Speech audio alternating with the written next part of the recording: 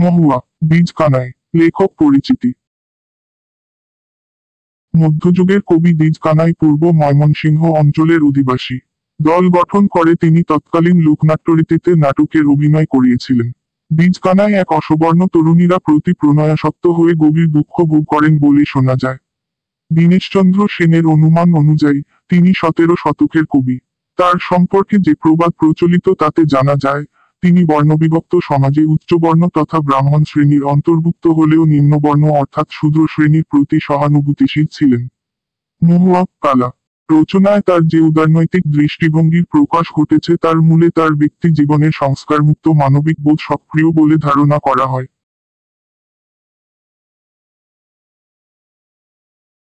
গাঢ় পাহাড় পেরিয়ে হিমানী পর্বত ছাড়িয়ে সপ্ত সমুদ্র পারে বাঘ ভালুকের বসতি রয়েছে এমন নির্জন বনে বাস করে ডাকাত সর্দার হুমরা বাইদ্যা। তার ছোট ভাই মাইনকা এই বেদের দল ভ্রমণ করতে করতে এলধনু নদীর পারে কাঞ্চনপুর গ্রামে। সেখানে এক বৃদ্ধ ব্রাহ্মণের 6 মাসের শিশুকন্যা পরমা সুন্দরী। রাত্রি নিশিকালে হুমরা তারে করল চুরি। 1 2 3 করি 16 বছর যায়। খেলা কছর তো তারে যতনা শিখায়।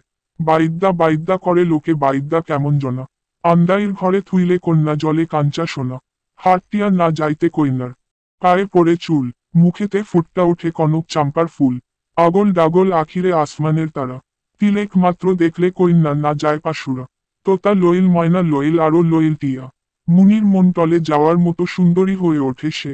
নাম তার মহুয়া সুন্দরী। অনেক দিন পরের কথা। বেদের দল উপস্থিত হলো বামনকান্দা গ্রামে। তাদের সঙ্গে রয়েছে খেলা দেখানোর নানা উপকরণ। সোনামুখী দৈল লইল পিঞ্জিরায় ভরিয়া। ঘোড়া লইল গাধা লইল কত কইবার। সঙ্গেতে করিয়া লইল রাও চণ্ডালের হার। শিকারী কুকুর লইল শিয়াল হেজা ধরে।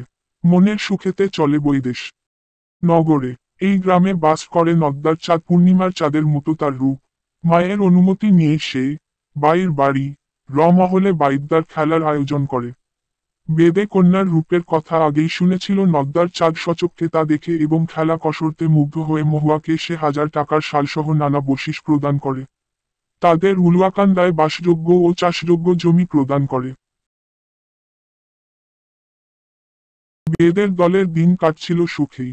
পরস্পরের প্রতি মুগ্ধ নদ্দার চাঁদ ও মহুয়ার এক সন্ধ্যাবেলা জলের ঘাটে দেখা হয় এবং ব্যাকুল হৃদয়ের কথা জানাজানি হয়। জলভর সুন্দরী কন্যা জলে দিস মন। কাইল যে কইছিলাম কথা আছে নি স্মরণ। শুন শুন ভিনদেশী কুমার বলি তোমার ঠাই। কাইল বা কি কইছলা কথা আমার মনে নাই। তুমি তো ভিনদেশী পুরুষ আমি ভিন্ন নারী। তোমার সঙ্গে কইতে কথা আমি লজ্জায় মরি। কে বা তোমার মাতা কন্যা কে বা তোমার পিতা।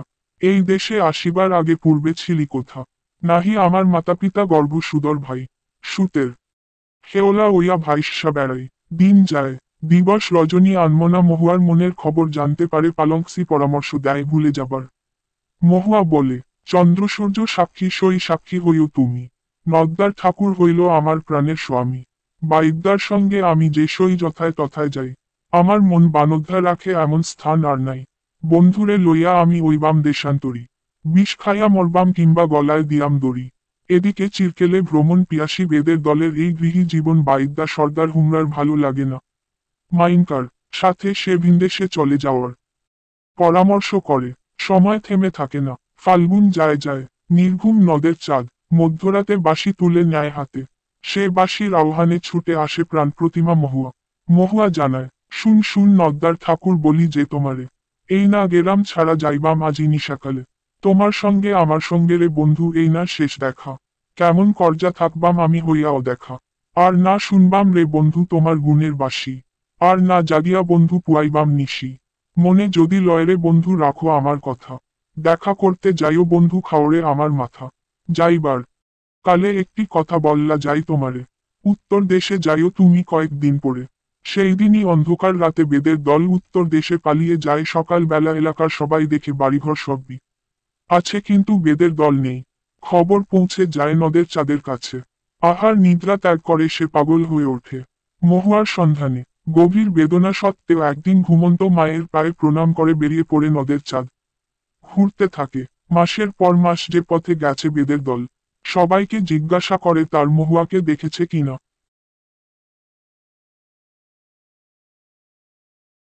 এদিকে পুত্রের অদর্শনে কাঁদতে কাঁদতে মা প্রায় অন্ধ হয়ে গেল।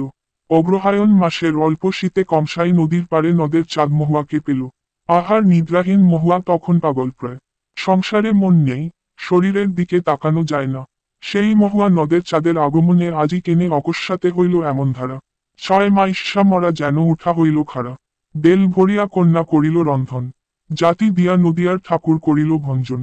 হুমরা বাইদ্যাও নতুন অতিথিকে তার দলে বরণ করে নিল, কিন্তু আসল উদ্দেশ্য ভিন্ন। গভীর রাতে বিষমাখানো ছুরি মহুয়ার হাতে দিয়ে বলল, আমার মাথা খাওরে কন্যা, আমার মাথা খাও, দুসমনে মারিয়া ছুরি সাওরে ভাসাও। মহুয়ার সমস্ত পৃথিবী অন্ধকার হয়ে আসে। ঘুমন্ত প্রিয়তমের কাছে এসে সকল বৃত্তান্ত জানিয়ে নিজ বুকে ছুরি বসাতে চায়। এমন সময় জেগে ওঠে নদের চাঁদ। সকল ঘটনা শুনে বলে, তোমার লাগিয়া কন্যা ফিরি দেশ বিদেশে। তোমারে ছাড়িয়া কন্যা আর না যাইবাম দেশে। কি কইবাম বাপ মায়, কেমনে যাইবাম ঘরে। জাতি নাশ করলাম কন্যা তোমারে পাইবার তোরে। তোমায় যদি না পাই কন্যা আর না যাইবাম বাড়ি। এই হাতে মারল কন্যা আমার গলায় ছুরি। পইরা থাকুক বাপ মাও, পইরা থাকুক ঘর। তোমারে লইয়া বন্ধু যাইবাম দেশান্তর। দুই আখি যেদিকে যায় যাইবাম সেইখানে। আমার সঙ্গে চল বন্ধু যাইবাম গহীন বনে। চন্দ্র সূর্য সাক্ষী রেখে বাপের বাড়ির তাজি ঘোড়ায় চড়ে অজানার উদ্দেশ্যে বেরিয়ে পড়ে দুজন। পথে পার্বত্য খরস্রোতা নদী। তাজি ঘোড়া বিদায় দিয়ে দুজন তখন পারাপারের চিন্তায় অস্থির। এমন সময় ভিনদেশী এক সাধু নৌকা পেয়ে তারা তাতে উঠে পড়ে। মহুয়ার রূপ যৌবনে মুগ্ধ সাধু কৌশলে নদের চাঁদকে উজান পাকে ফেলে দেয়। মহুয়াকে পাওয়ার ইচ্ছায় তাকে সে রানী করে রাখার প্রতিশ্রুতি দেয়। নানা প্রতিশ্রুতির পর এতেক শুনিয়া মহুয়া কি কাম করিল। সাধুর লাগিয়া কন্যা পান বানাইল। পাহাড়িয়া তক্ষকের বিষ শিরে বান্ধা ছিল। চুন খয়েরে কন্যা বিষ মিশাইল। হাসিয়া খেলিয়া কন্যা সাধুরে পান দিল মুখে। রসের নাগিরা পান খায় সুখে। কি পান দিছল কন্যা গুণের অন্ত নাই। বাহুতে শুইয়া তোমার আমি সুখে নিদ্রা যাই। পান খাইয়া মাছিমাল্লা বিষে পড়ে ঢলি। নৌকার উপরে কন্যা হাসে খুলখুলি।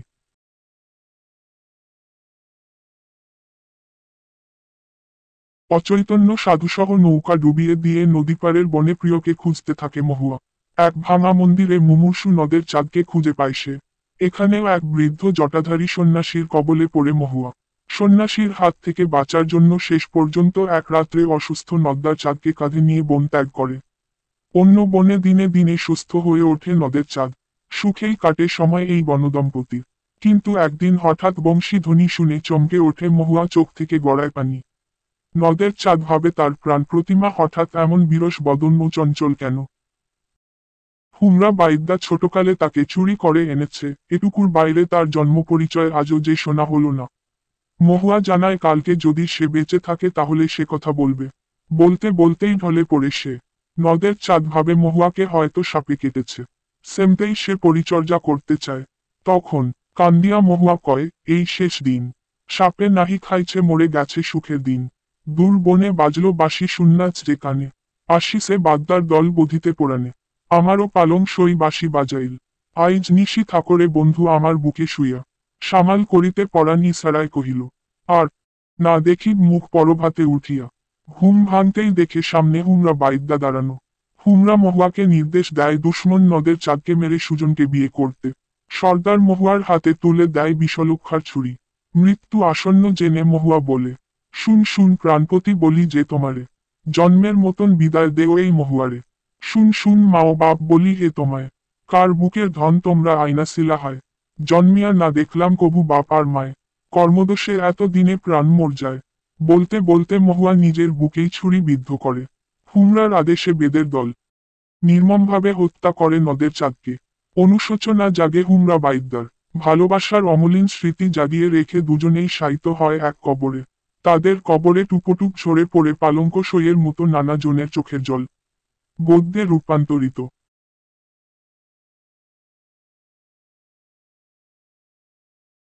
পাঠ পরিচিতি। বীজ কানায় প্রণীত মহুয়া পালাটি মধ্যযুগের বাংলা সাহিত্যের গীতিকা বাল্লাড ধারায় একটি উল্লেখযোগ্য সম্পদ। দীনেশচন্দ্র সেন রায়বাহাদুর সংকলিত এবং 1923 সালে কলিকাতা বিশ্ববিদ্যালয় থেকে প্রকাশিত। মৈমনসিংহ গীতিকা প্রথম খণ্ড থেকে এ পালাটি গদ্যে রূপান্তর করে গৃহীত হয়েছে। পালাটিতে মহুয়ার দুর্জয় প্রেমশক্তি ও বলিষ্ঠ আত্মপ্রত্যয় কিভাবে মানব সৃষ্ট দুর্যোগে ধ্বংস হয়ে গেল তারই মর্মন্তুদ কাহিনী বর্ণিত হয়েছে। গীতিকাটির কাহিনী গড়ে উঠেছে বর্ণ ও শ্রেণীবৈষম্যমুক্ত একটি মানবিক প্রণয়কে কেন্দ্র করে। একদিকে 6 মাস বয়সী চুরি হওয়া কন্যা অনিন্দকান্তি মহুয়া, অন্যদিকে জমিদার পুত্র নদের চাঁদ। তাদের অদম্য প্রেম সকল বাধা বিপত্তি অতিক্রম করে এগিয়ে যেতে চেয়েছে। কিন্তু বেদে সর্দার হুমরা সামাজিক, বৈষয়িক ও মনস্তাত্ত্বিক কারণে এ প্রেমের প্রবল প্রতিপক্ষ হয়ে দাঁড়ায়। ফলে নানা প্রতিকূলতা ডিঙিয়েও মিলনপিয়াসী দুটি মানব হৃদয় শেষ পর্যন্ত কাঙ্ক্ষিত লক্ষ্যে পৌঁছুতে ব্যর্থ হয়। মৃত্যুই হয় তাদের অবশ্যম্ভাবী পরিণতি। পালাটিতে কাহিনী বর্ণনায় সংহত রচনারীতির ঘাটতি ও নানা অতিশয়োক্তি রয়েছে। ময়মনসিংহ অঞ্চলের উপভাষায় রচিত ও নাটকীয় গুণসম্পন্ন এ পালাটিতে বর্ণনারীতির প্রাধান্য রয়েছে। এ অঞ্চলের তৎকালীন সমাজ বাস্তবতা সমৃদ্ধ পালাটি দুর্জয় প্রেমের অপূর্ব নিদর্শন।